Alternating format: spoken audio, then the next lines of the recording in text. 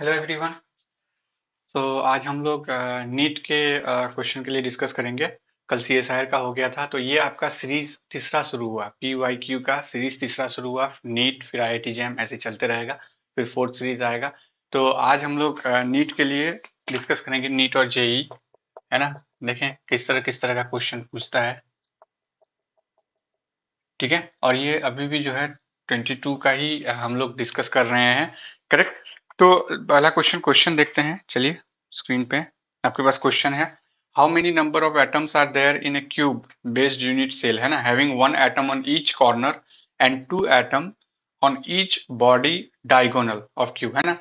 तो क्वेश्चन समझ में आ गया। ये क्वेश्चन आपका है क्यूब बेस्ड यूनिट सेल, है ना, और having one atom in each corner, है ना। एक एक कॉर्नर में एक एक आपका एटम है उसमें। कोई बात नहीं, तो 8 कॉर्नर है, 8 एटम ऑलरेडी वहां पर मौजूद है, लेकिन इफेक्टिव जो होगा वो 1 होगा, है ना। 1/8 से डिवाइड हो जाता है। और ईच बॉडी डायगोनल में जो है दो दो एटम है ना। तो कितने बॉडी डायगोनल है वो देखेंगे। तो हम ट्राई करते हैं एक क्यूब बनाने का। ये आपका क्यूब बना रहा हूं मैं, है ना, ध्यान से देखिएगा। ये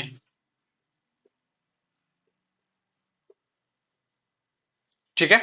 तो ये एक क्यूब आपका बन गया। अब इसमें देखिए, हमें क्या करना है, मतलब कि हर कॉर्नर में तो एक एक है ना। हर कॉर्नर में एक एक दे दिया। तो कॉर्नर के लिए जो इफेक्टिव एटम क्या हो जाएगा, है ना। कॉर्नर के लिए कॉर्नर के लिए हो जाएगा आपका, कितने कितने कॉर्नर है, 8 कॉर्नर है। और एक एक कॉर्नर का जो है 1/8 इफेक्टिव होता है। तो कितना हो गया, 1 एटम हो गया पर क्यूब, है ना, वहां से आया। अब हमको बॉडी डायगोनल का देखना है ना। बॉडी डायगोनल का कितना आएगा, है ना। तो बॉडी डायगोनल कैसे करते हैं, देखिए कितना है, 1 2 3 4, यहाँ नीचे में भी 4 पॉइंट है। तो अगर यहां से शुरू हो रहा है, इसको इमेजिनेशन थोड़ा करना पड़ेगा। अगर इस कॉर्नर से शुरू हो रहा है, बैक कॉर्नर से, तो फ्रंट कॉर्नर तक आएगा ऐसे, है ना। बैक कॉर्नर से शुरू हुआ तो फ्रंट कॉर्नर तक आएगा। ये एक बॉडी डायगोनल हुआ। ठीक है। और कह रहा है कि हर एक बॉडी डायगोनल में दो दो एटम है। तो सपोज यहाँ एक एटम है और यहाँ एक एटम है, तो एक बॉडी डायगोनल में दो एटम हो गया। तो हमें जस्ट बॉडी डायगोनल सर्च करना है कितना है। अब ये कॉर्नर बचा हुआ है हमारा। इस कॉर्नर से जब चलना शुरू करेंगे, तो ये तो बैक साइड वाला कॉर्नर है, तो फ्रंट साइड में आएगा। तो ये कॉर्नर से चलना शुरू किए और ये आ गया कहाँ पे, आपके ये फ्रंट साइड के कॉर्नर के पास आ गया, है ना। तो दो बॉडी डायगोनल हो गया। अब ये चलना शुरू करेगा, फ्रंट साइड में है, लेफ्ट हैंड साइड में, तो राइट साइड के बैक साइड में जाएगा, है ना। ये ऐसे चलना शुरू करेगा, जाएगा जाएगा ये। ठीक है। एक और बॉडी डायगोनल आपका बच रहा है, जो ये वाला आपके पास है। ये चलते जाएगा और कहाँ जाएगा, इस कॉर्नर के पास। तो टोटल 4 बॉडी डायगोनल हो गया, है ना। 4, और हर एक में कितने कितने एटम है, दो दो एटम है। तो दो एटम के साथ जब मल्टीप्लाई होगा तो कितना हो गया, 8 एटम हो गया यहाँ पे। ठीक है। तो टोटल कितने हो गए हमारे, 9 एटम्स हो गए, है ना। तो आपके ऑप्शन में देखिए, हाँ, ऑप्शन नंबर बी आपका सही होगा। ये आपको पूछा है, देखिए, कर्नाटका सीईटी 17 जून को पूछा गया है। शिफ्ट 2 में ये एग्जाम हुई थी। इसका ऑप्शन बी आपका करेक्ट आंसर होगा। ठीक है। हम नेक्स्ट क्वेश्चन में जाते हैं। नेक्स्ट क्वेश्चन देखिए आप, तब तक हम बोर्ड मिटा लेते हैं, है ना।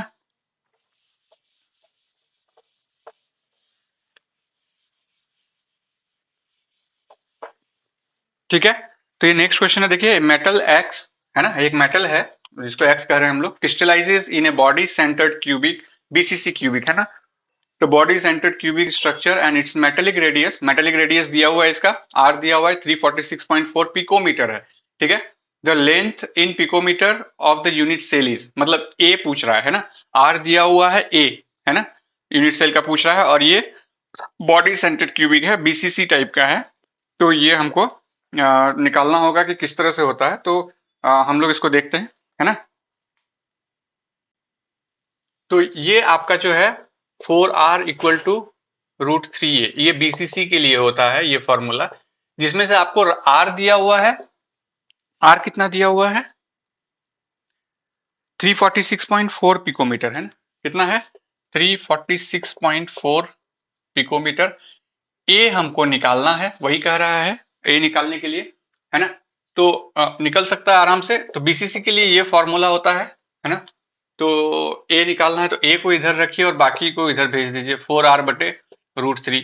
अब 4 × 346.4 डिवाइडेड बाई √3, है ना। तो इसको जब सॉल्व करेंगे तो मिल जाएगा। तो हम बेटर एक काम करते हैं, हम कैलकुलेट करेंगे, कैलकुलेटर ले लेते हैं।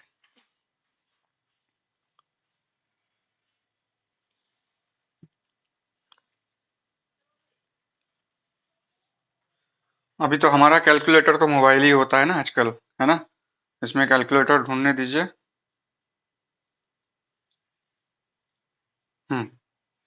कितना है? वहाँ आपको बोर्ड में मिल जाता है। और अगर इस तरह का प्रॉब्लम रहेगा तो आपको जो है बोर्ड में दिया हुआ रहेगा। एक सेकेंड, कितना है? 4 into 3 4 6.4 इक्वल टू 1385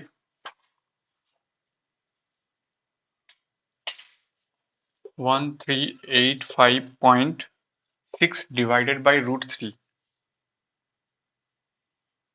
1.72 लेकर के चलिए इसको, और इसको डिवाइड कर दीजिए, है ना। किससे? 1385.6 डिवाइडेड बाई 1.72 अप्रोक्सीमेटली आपको आ जाएगा कुछ, है ना। कितना आ रहा है? 805.588, है ना। ये आ गया आपका। तो ये √3 के वैल्यू से ही डिपेंड करेगा कि क्या आएगा नहीं आएगा, है ना। तो हम लोग क्या करते हैं इसका, ये देखते हैं ए बराबर का क्या क्या ऑप्शन दिया हुआ है ना। तो अप्रोक्सीमेट कौन सा है? 800, तो ऑप्शन नंबर बी ही होगा आंसर, है ना। ऑप्शन नंबर बी, है ना, जो 800 है। ऑप्शन नंबर बी में देखिए 800 दिया हुआ है, तो 800 हमारा आंसर होगा। करेक्ट। नेक्स्ट क्वेश्चन में जाते हैं। मतलब इस तरह से आप कैलकुलेट कर लीजिए, जो अप्रोक्सीमेटली हो सकता है 805 आए या 700 कुछ आए, जो भी उसके नियर बाय में मिल रहा है उसी को आप आंसर मान के चलिएगा, है ना। तो ये घबराने की जरूरत नहीं कि 805 नहीं दिया हुआ इसका मतलब कोई भी आंसर सही नहीं होगा, ऐसा नहीं है, है ना। तो ये पूछा गया था केरला सीईई में, है ना। ये 3 जुलाई 2022 को पूछा है। नेक्स्ट क्वेश्चन देख लीजिए, हम बोर्ड मिटाते हैं तब तक। ये बहुत अच्छा क्वेश्चन है ना। 11th क्लास में आप लोगों को 11th क्लास याद आ गया होगा अपना, है ना। जहाँ मोलालिटी मोलारिटी नॉर्मलिटी में आप लोगों को बहुत ज्यादा स्ट्रगल करना होता था ना। तो क्या है, इन 1 मोलाल सॉल्यूशन, मोलाल कितना दिया हुआ है? 1 मोलाल, है ना। तो हम लिख लेते हैं, मोलाल दिया हुआ है 1 मोलाल। और क्या दिया हुआ है? That contains 0.5 moles. इजी कर दिया है, 0.5 मोल्स, है ना। मोल्स कितने हैं? 0.5 मोल्स। और उसके बाद of a solute there is, अच्छा सॉल्वेंट कितना लगेगा इसमें, ये नीट में पूछा है ना। 17 जून 2022 नीट में पूछा है, आ जाइए बोर्ड में। तो ये पूछा है, मोलाल दिया हुआ है 1 मोलाल, मोल्स दिया हुआ है, और आपसे पूछ रहा है कि सॉल्वेंट कितना लेंगे, है ना। तो सॉल्वेंट का एक बार आप ट्राई कीजिए क्या होगा। इसमें आपको इजीली आंसर मिल जाएगा, क्योंकि जब मोलालिटी निकालते हैं तो हमारा सॉल्वेंट्स इन केजी रहता है ना। अब मोलालिटी का अगर फॉर्मूला देखिएगा, मोलालिटी का फॉर्मूला क्या होता है? मोल्स ऑफ सॉल्यूट, जो भी सॉल्यूट का है मोल्स ले लिए, और यहां पर ले लीजिएगा क्या? सॉल्वेंट इन केजी, है ना। हम लोग केजी सॉल्यूशन नहीं लिखते हैं, जैसे नॉर्मलिटी में और मोलारिटी में हम लोग यहाँ पे सॉल्यूशन लिखते हैं ना, लेकिन यहाँ पे हम लोग सॉल्वेंट लिख रहे हैं ना। मतलब अलग से सॉल्वेंट को वे कीजिए आप और इसमें ट्रांसफर कर दीजिए, भले वॉल्यूम आपका कितना भी बढ़ जाए उससे मतलब नहीं है, लेकिन जब नॉर्मलिटी और मोलारिटी निकालते हैं तो इट डिपेंड्स ऑन वॉल्यूम, है ना। मतलब वॉल्यूम आपका 1 लीटर से ज्यादा नहीं होना चाहिए, लेकिन यहाँ ऐसा कुछ नहीं है कि वॉल्यूम 1 लीटर से ज्यादा हो गया या कुछ हो गया, उससे कोई मतलब नहीं है। बस आपको सॉल्वेंट का वजन लेना है और उसको आपको ट्रांसफर कर देना है और घोल देना है, वो मोलाल सॉल्यूशन बन गया, है ना। तो अब यहाँ आके देखते हैं क्या क्या फैक्टर दिया हुआ है। मोल्स ऑफ सॉल्यूट दिया हुआ है ना, मोल्स, और मोलालिटी भी दिया हुआ है ना। तो हमको सॉल्वेंट्स निकालना होगा, है ना।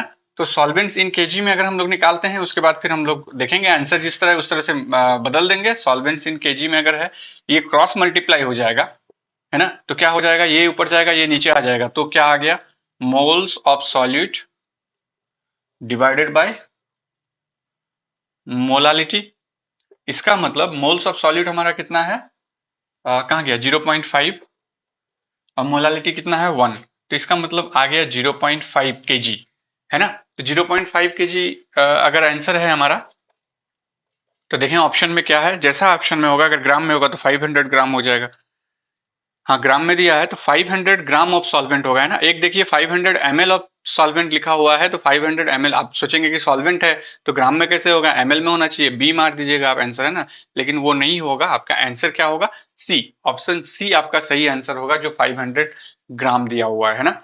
तो ये आपका ये क्वेश्चन हो गया। अभी एक और क्वेश्चन हम लोग देख लेते हैं, है ना। नेक्स्ट क्वेश्चन में चलते हैं। आज अलग अलग टाइप का क्वेश्चन लेकर के आए हैं। इस क्वेश्चन को पढ़िए। हमको लगता है इस तरह का क्वेश्चन एक डिस्कस किए थे हम, लेकिन ये मैच करने के लिए है और इसमें ऑड आउट करना है, मतलब जो आपका उसमें मैच नहीं हो रहा है उसको निकालना है बाहर, है ना। लेकिन उसके लिए क्या करना होगा, सबका यूनिट निकालना पड़ेगा आपको, तभी जा करके आप उसको ऑड आउट कर सकते हैं, उसको हटा सकते हैं ना, नहीं तो नहीं हटा सकते हैं। करेक्ट। तो देखिए क्या है, अमंग द फॉलोइंग मिसमैच कौन सा है, तो जीरो ऑर्डर है, फर्स्ट ऑर्डर है, सेकंड ऑर्डर है। तो हम क्या करेंगे, जीरो, फर्स्ट, सेकंड और थर्ड और nth ऑर्डर, है ना। तो ये सबको हम लोग पहले लिख लेते हैं बोर्ड में, क्या क्या निकालना है हम लोगों को। n बराबर जीरो के लिए निकालना है, n बराबर वन, n बराबर टू और n बराबर थ्री और n बराबर n के लिए निकालना है। आपको बताए थे कि ऑर्डर, है ना, ऑर्डर निकालने के लिए क्या करते हैं हम लोग, हम लोग यूनिट निकाल रहे हैं क्योंकि यूनिट के साथ मैच करना है, तो ऑर्डर से यूनिट का निकालना है। तो अगर यूनिट निकालना है तो हमारा यूनिट कैसे निकालते थे, मोल पर litre divided by second into one बटे, ये फॉर्मूला याद रखिएगा, मोल पर लीटर और यहाँ पे n लगा दीजिएगा, है ना। और जब ये nth वाला निकालेंगे ना, तो उस समय में आपको एक शॉर्टकट ये भी मिल जाएगा, जो कि हम देना नहीं चाहते हैं कभी भी शॉर्टकट। इसको याद रखिएगा, तो आपको जो ये फॉर्मूला में बैठाते जाइएगा और अपने आप मिल जाएगा। पहला क्या निकालना है हमको, n बराबर जीरो के लिए, है ना। तो n बराबर जीरो के लिए मोल पर लीटर सेकेंड, हमने एक क्लास में शायद बताया था, मोल पर लीटर और n बराबर जीरो, जीरो है तो ये पूरा का पूरा वन हो जाएगा, तो यूनिट क्या आ जा रहा है हमारा, मोल पर लीटर पर सेकंड। ये जीरो जीरो ऑर्डर के लिए।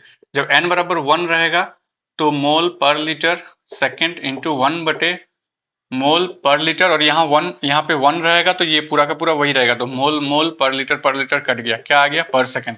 ये फर्स्ट ऑर्डर के लिए हो गया। n बराबर टू जब रहेगा तो क्या होगा हमारा, फिर से वही यूनिट को लिखिए, मोल पर लीटर सेकंड इंटू वन बटे मोल पर लीटर, यहाँ टू रहेगा, है ना। तो ये टू को काट दीजिए इस पूरे के साथ, तो बचा ये नीचे में।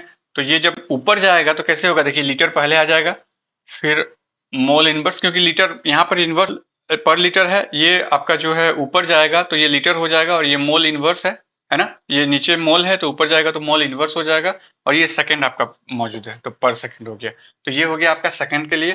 n बराबर थर्ड जब निकालेंगे तो मोल पर लीटर सेकंड इंटू वन बटे मोल पर लीटर, और यहाँ तीन, ये कट के दो हो जाएगा और ये पूरा कट जाएगा, है ना। तो आ क्या रहा है, देखिए L2 ऊपर जाएगा, मोल पे भी टू, और ये पर सेकेंड, ये हो गया। ठीक है, ठीक है। तो ये आ गया आपका। उसी तरह से आप nth ऑर्डर के लिए भी निकाल सकते हैं, है ना।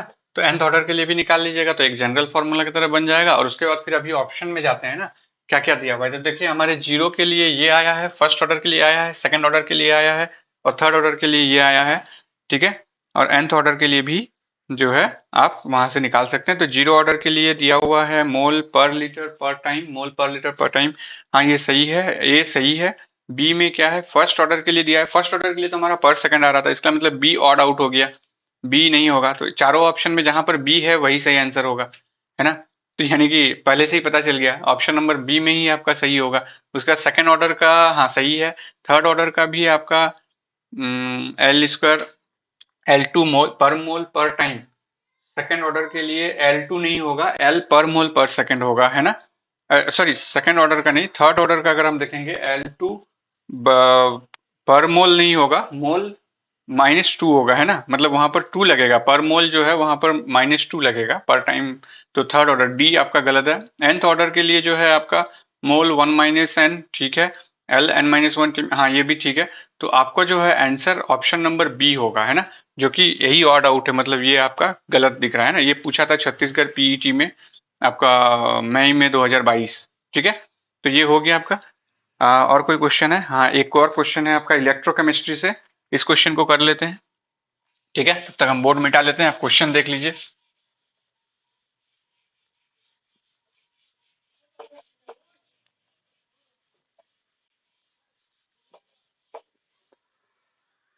क्वेश्चन क्या कर रहा है, for the reaction taking place in the cell, है ना, प्लेटिनम दिया हुआ है, H2, इधर इधर का आपका SHE है ना, स्टैंडर्ड हाइड्रोजन इलेक्ट्रोड है, और फिर इधर है आपका सिल्वर है, और सिल्वर सॉलिड फॉर्म में है ना। तो ये जो इस तरह का सेल रिप्रेजेंटेशन जो है ये आपको एक्चुअली हम इसको बना लेते हैं यहाँ पर बोर्ड में, फिर हम आपको समझा देंगे कि इस सेल रिप्रेजेंटेशन होता क्या है ना।